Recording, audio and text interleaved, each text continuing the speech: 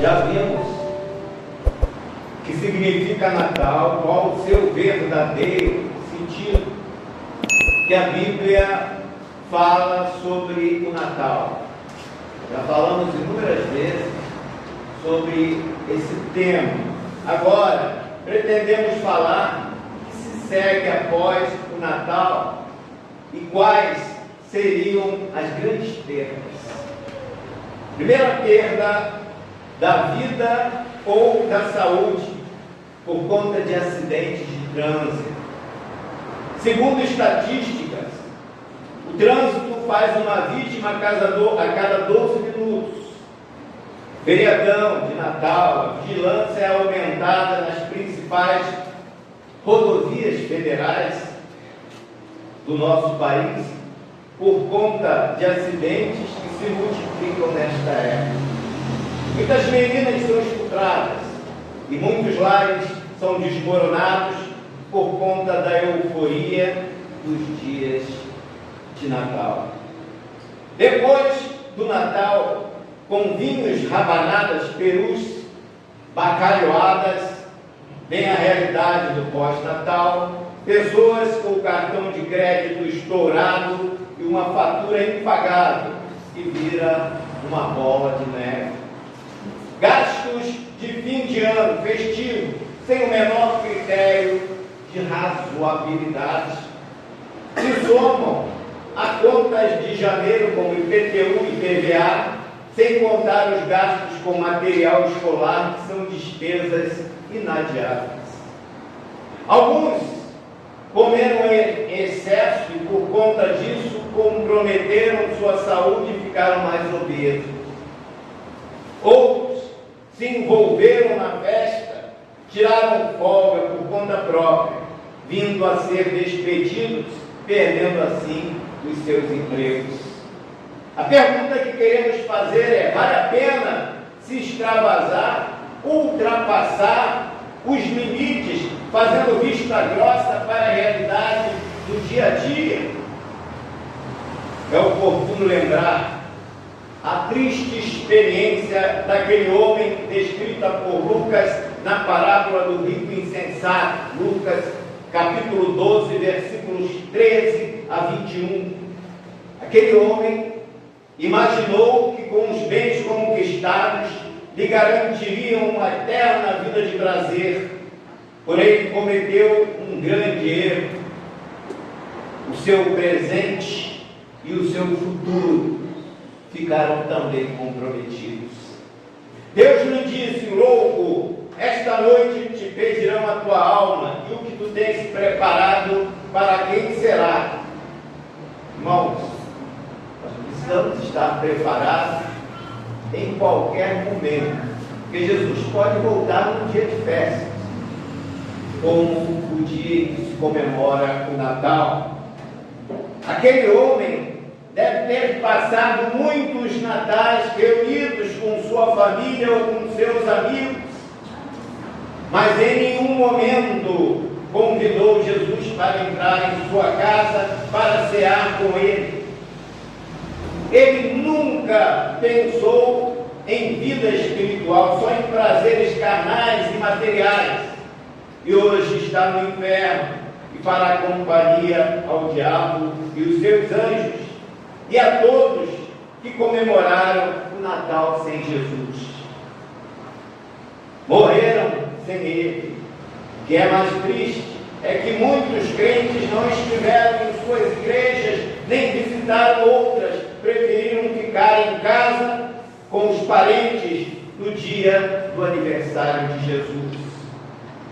Algumas igrejas nem funcionaram, pois foram forçadas a isso, uma vez que os crentes não iriam comparecer mesmo, assim decidiram fechar as portas no dia do aniversário de Jesus. Que lástima! A Bíblia diz em Lucas capítulo 18, versículo 8: quando porém vier o Filho do Homem, porventura achará fé na terra? Depois do Natal, muitos crentes voltam às suas atividades cristãs, alguns até aparentando uma vida extremamente comprometida com Jesus, mas que na verdade não resiste a uma prova de amor. Mestre, no dia de Natal, prova de amor ao Mestre. O apóstolo Paulo escreve aos Gálatas, no capítulo 2, versículo 6, assim se expressa: quanto àqueles que pareciam ser alguma coisa, quais tenham sido no outro tempo, não se lhe dá. Deus não aceita a aparência do homem. Esses, digo, que pareciam ser alguma coisa, nada me comunicaram. Paulo, na sua época, já havia crentes que aparentavam ser o que não eram. A vida é feita de escolhas. Marta, irmã de Lázaro, cuidou bem da casa para receber a Jesus. Muitos crentes cuidam bem da casa para receber parentes e amigos. Como disse anteriormente, a vida é feita de escolhas. Maria escolheu a Jesus. Jesus disse que Maria escolheu a boa parte, a qual não lhe seria tirada. Lucas capítulo 10, versículo 42. Assim também alguns crentes escolhem ficar em casa ou visitar parentes no dia de Natal. Afinal de contas, é tradição familiar. Não há mal algum em faltar à igreja num dia especial da família, não é verdade? Assim pensam as pessoas do mundo, não os cristãos.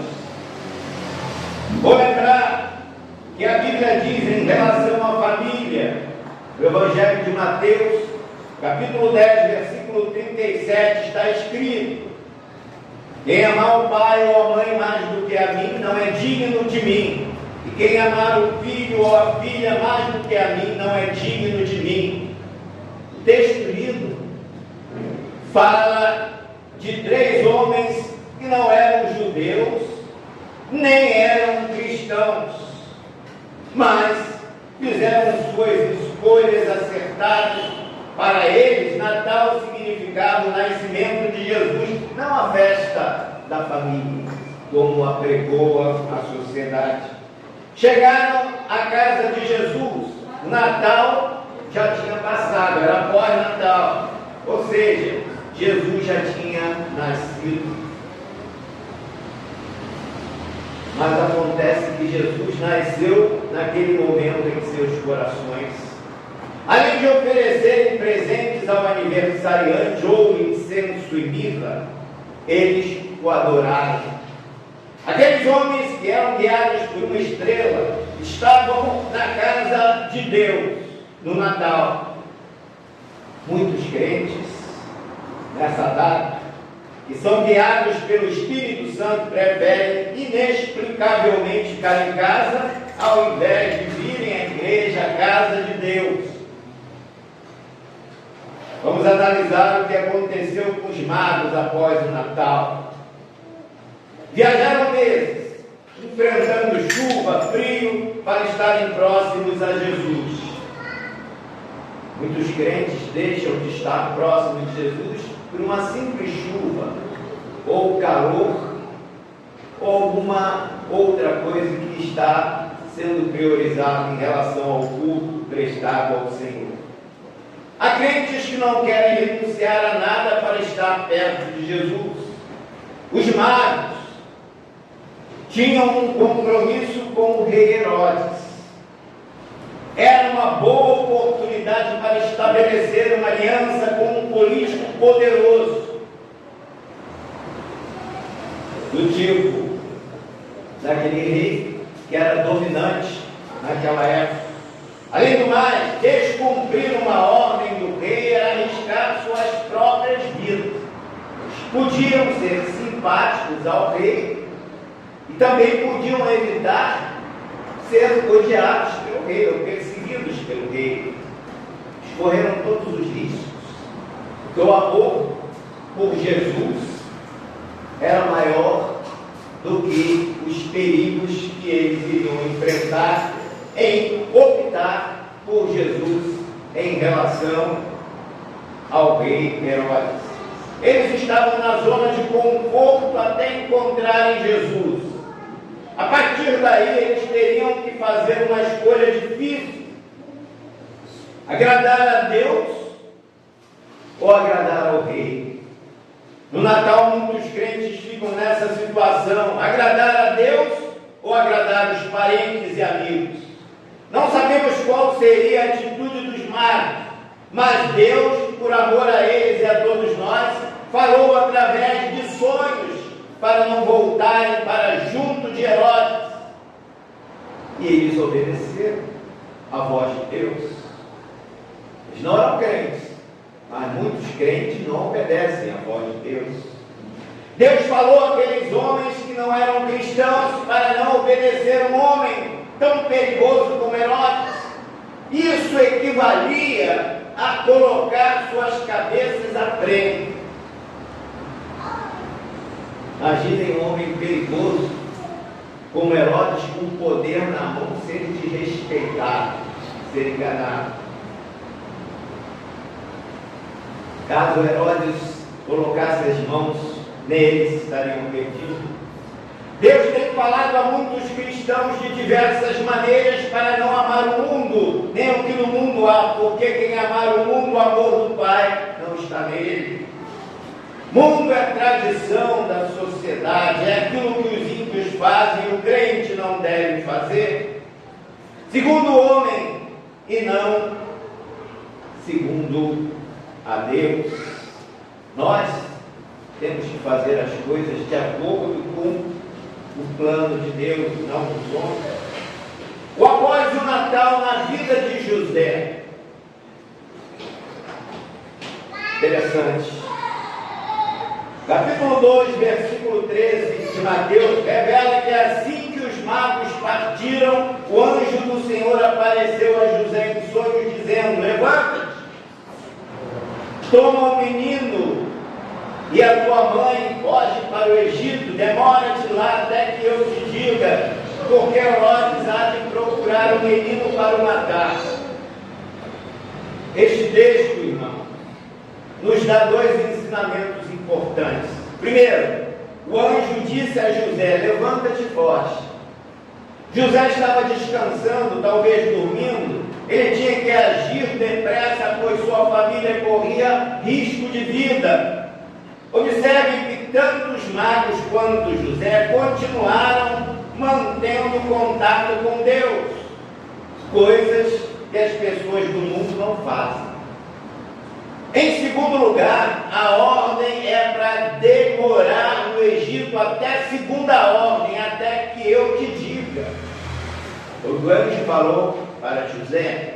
Isso quer dizer até o tempo de Deus. Muitas vezes nós queremos escolher os lugares para ficarmos.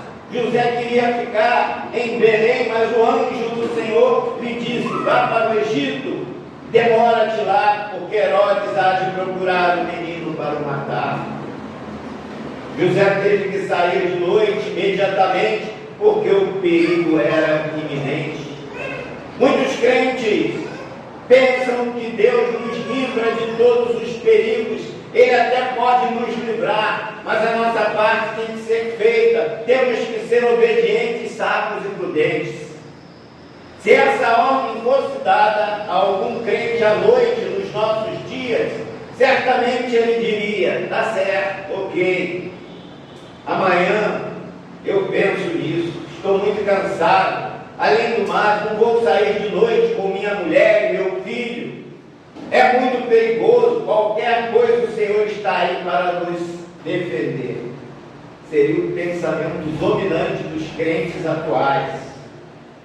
Não é assim que muitos pensam, meus irmãos. Nos dias do profeta Oséias, essa fuga já estava programada, porque o profeta, no capítulo 11, versículo 1, assim diz: quando Israel era menino, eu o amei, e do Egito chamei ao meu filho. A pergunta que eu quero fazer é: por que Deus não matou Herodes antes? Porque José, com a família, teve que fugir para o Egito. Era simples. Assim é o nosso pensamento. Deus pode matar, derrotar os nossos inimigos quando Ele quiser, mas não é assim que acontece. A nossa parte tem que ser feita. Isso que é importante.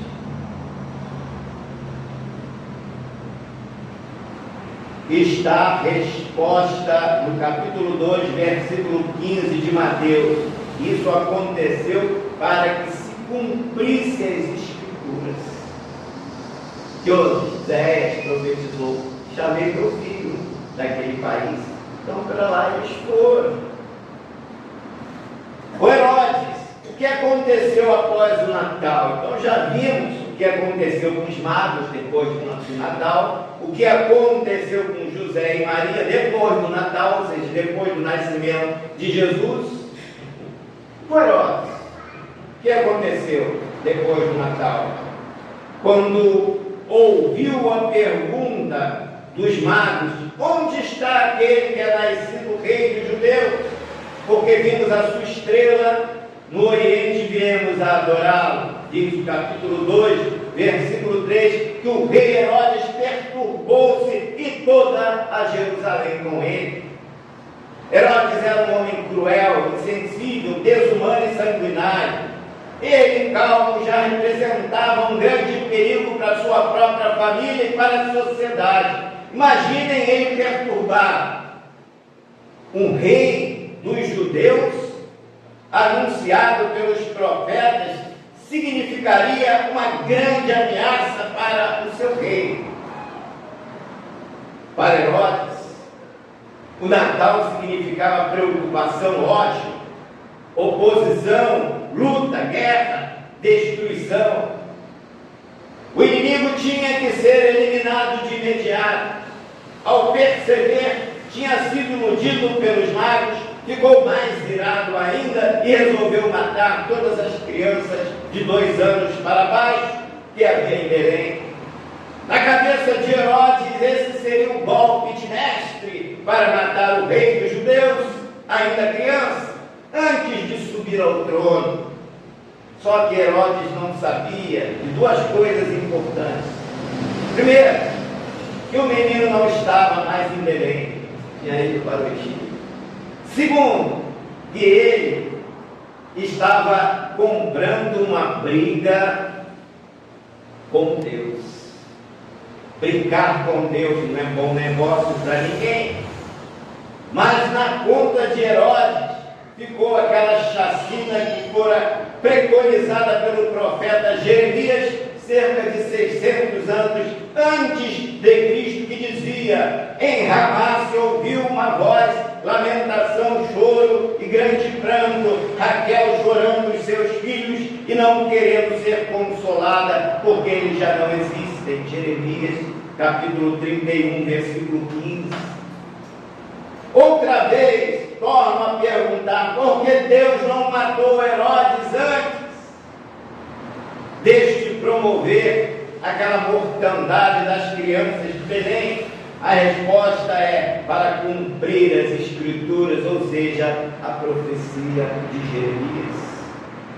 O pós-natal de Jesus não é de reveses materiais provocados pela bebida, não é de acidentes com perdas no trânsito, perdas irreparáveis por imprudência, imperícia ou falhas humanas. Não é de endividamento sufocante ou desemprego por falta de vigilância. O pós-natal de Jesus engloba a profecia de Isaías, que o aponta como o maravilhoso conselheiro, Deus forte, Pai da eternidade, príncipe da paz. Em todo o tempo do seu ministério, Jesus operou maravilhas, deu sábios conselhos divinos, porque é Deus forte e poderoso e se tornou príncipe da paz. O pós-natal de Jesus serviu para a queda e elevação de muitos em Israel e um sinal que é contraditado, Lucas capítulo 10, versículo 34. O pós-natal de Jesus é abrir os olhos dos cegos, tirar da prisão os presos e do cárcere os que jazem em trevas, conforme Isaías predisse no capítulo 42, versículo 7. O pós-natal de Jesus é tirar o povo das trevas e levá-lo para a maravilhosa luz. Enfim, tirar o homem da solidão, da depressão, do cansaço e opressão deste mundo para dar-lhe vida eterna de paz. Jesus disse em Mateus capítulo 11, versículo 28, vinde a mim todos os que estáis cansados e oprimidos, e eu vos aliviarei. Em Mateus capítulo 28, versículo 20, Jesus diz, eis que estou convosco todos os dias até a consumação dos séculos.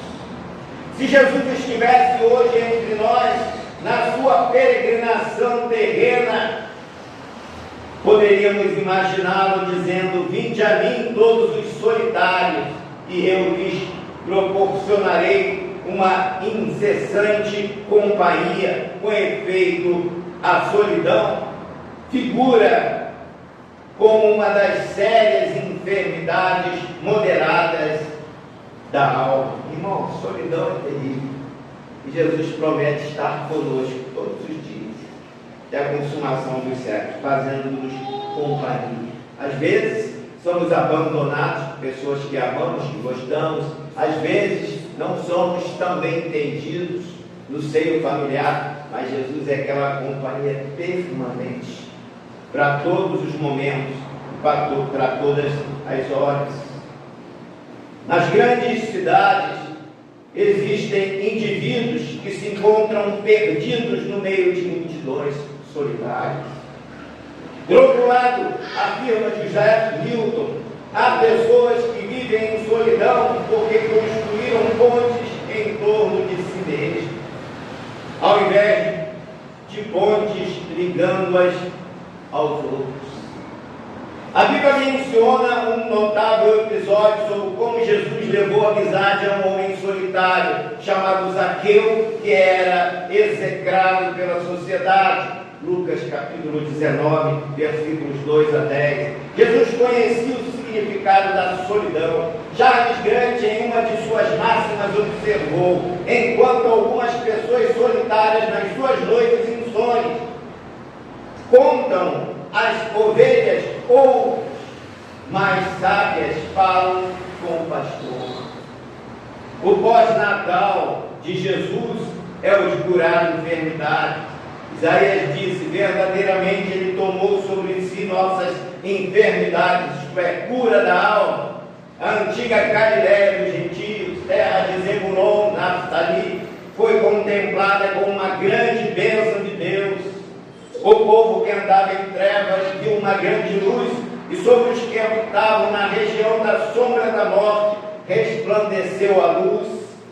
Essa luz hoje resplandece no mundo para quem quiser dela ser iluminado. O pós-natal de Jesus abalou o mundo com sua sabedoria e poder sobre todas as coisas. Os discípulos diziam maravilhados, que homem é este? Até os ventos e o mar lhe obedecem. Mateus capítulo 8, versículo 27. Em Decápolis, todos se maravilharam do que o Senhor fizera com o endemoniado gadareno. Marcos capítulo 5, versículo 20. Os que estavam na casa de Jairo se assombraram ao verem uma menina morta ressuscitar, ao ouvir a seguinte ordem, Talita cumi, que traduzido é, menina te digo, levanta-te. Marcos capítulo 5, versículos 41 a 42.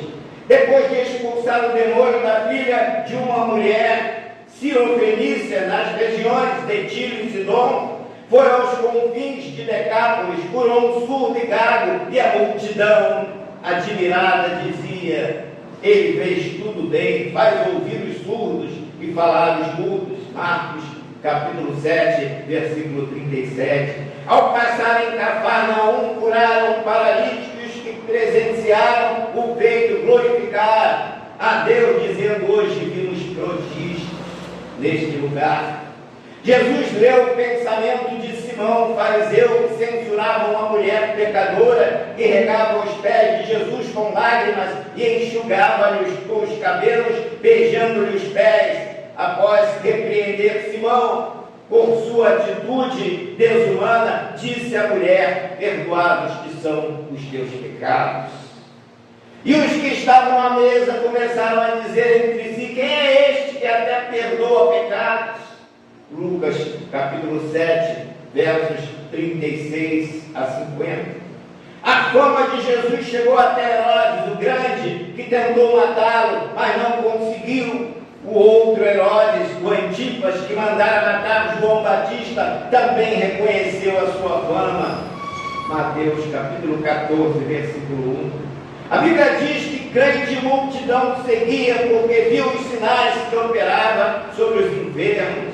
O pós-natal de Jesus foi uma bênção para toda a humanidade, mas infelizmente foi reconhecido por poucos, porque estreita é a porta e apertado o caminho que leva à salvação, e poucos são os que entram por ele. O que Pedro falou sobre Jesus: tu és o Cristo, o Filho do Deus vivo. Mais adiante, no Sinédrio, diante das maiores autoridades judaicas, falou: e em nenhum outro há salvação, porque também debaixo do céu nenhum outro homem há dado entre os homens, pelo qual devamos ser salvos. Atos capítulo 4, versículo 12. Maria, vista por muitos como a mãe de Deus, a rainha dos céus, sendo pecadora, reconheceu essa condição de que precisava de um Salvador para livrar sua alma do inferno. Eis o que ela disse: minha alma engrandece ao Senhor, e o meu espírito se alegra em Deus, meu Salvador. Lucas capítulo 1, versículo 46 a 47. E Deus, Pai, o que falou de Jesus?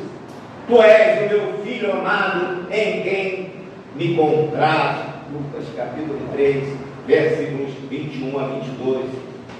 E Jesus, após o Natal, o que pensava de si próprio? Ele dizia: eu e o Pai somos um. Filipe então disse a Jesus: Senhor, mostra-nos o Pai. Jesus lhe disse: quem me vê a mim, vê o Pai. João capítulo 14, versículo 11, 8 a 11. Mais adiante, Paulo vem corroborar esta afirmação ao dizer: Deus estava em Cristo, reconciliando consigo o mundo, não lhes imputando os seus pecados, e pôs em nós a palavra da reconciliação. E disse mais Jesus sobre si mesmo: eu sou o caminho, a verdade e a vida. Ninguém vem ao Pai senão por mim. Eu sou a luz do mundo. Quem me segue não andará em trevas, mas terá a luz da vida. João capítulo 8, versículo 12. Assim como as pirâmides do Egito se levantam acima das planícies arenosas, assim Cristo se levanta, isto é, se eleva acima de todos os elementos humanos e fundadores de seitas e religiões. Spurgeon disse que Cristo é o grande fato central da história. A partir dele, olha-se para frente ou para trás. Antes de Cristo e após Cristo.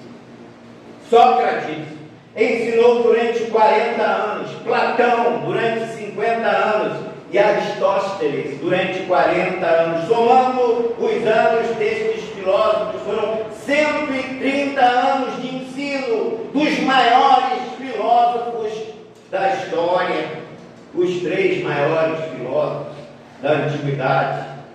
Jesus ensinou, não em 130 anos, somente em 3 anos. Todavia, esses 3 anos transcenderam infinitamente em importância os 130 anos ensinados pelos expoentes máximos da filosofia grega. Jesus nunca pintou quadros, mas as famosas e inigualáveis telas de Rafael, Miguel Ângelo, Leonardo da Vinci foram nele inspiradas. Jesus jamais compôs poemas, contudo renomados poetas como Dante, Milton e outros incontáveis e célebres poetas do mundo inteiro buscaram nele suas inspirações. Jesus nunca escreveu partituras musicais, no entanto, Handel, Beck, Beethoven e Mendelssohn atingiram a mais alta perfeição da melodia na composição de hinos, sinfonias e oratórios escritos em seu louvor. Destarte, cada esfera das mais sublimes atividades culturais da humanidade tem sido incomparavelmente enriquecida pela prodigiosa influência do humilde carpinteiro de Nazaré.